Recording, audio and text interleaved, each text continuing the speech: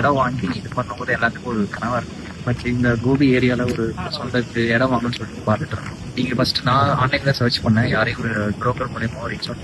But எனக்கு சைட்ல reach out பண்ண உடனே அவங்க டீம் வந்து கால் பண்ணி விசிட் பண்ண சொன்னாங்க. ஸோ விசிட் பண்ணிட்டு இங்க வந்து பார்த்த உடனேயும் சேல்ஸ் ஆகட்டும் எல்லாருமே வந்து ப்ராப்பரா வந்து எனக்கு கம்யூனிகேட் பண்ணாங்க. ஸோ எனக்கு வந்து ஈஸியா இருந்து ஃபர்தரா ப்ரொசீட் பண்றதுக்கு. ஸோ அதுக்கப்புறம் பாத்தீங்கன்னா ஜஸ்ட் 2 சிட்டிங்ஸ்லேயே வந்து பாத்தீங்கன்னா ஜஸ்ட் ப்ராசஸ் மூவ் பண்ணிட்டோம். ஸோ அதுக்கப்புறம் வந்து பாத்தீங்கன்னா ரிஜிஸ்ட்ரேஷன் அதுக்கப்புறம் அக்ரிமெண்ட் எல்லாமே ஸ்மூத்தா போச்சு. ஸோ அதனால எந்த பிரச்சனையுமே இல்லை. அதனால எல்லாமே ஓகே தான். ஸோ யாராவது வாங்கணும்னு நினைச்சீங்கன்னா நீங்களும் வந்து விசிட் பண்ணி பாருங்க அகஸ்தியா வந்து. So towards Gobi to Sathy road. Development wise பாத்தீங்கன்னா ப்ராப்பரா வந்து ட்ரைனேஜ் சிஸ்டம் எல்லாமே கொடுத்து எவ்ரி சைட்ல ப்ரொவைட் பண்ணியிருக்காங்க.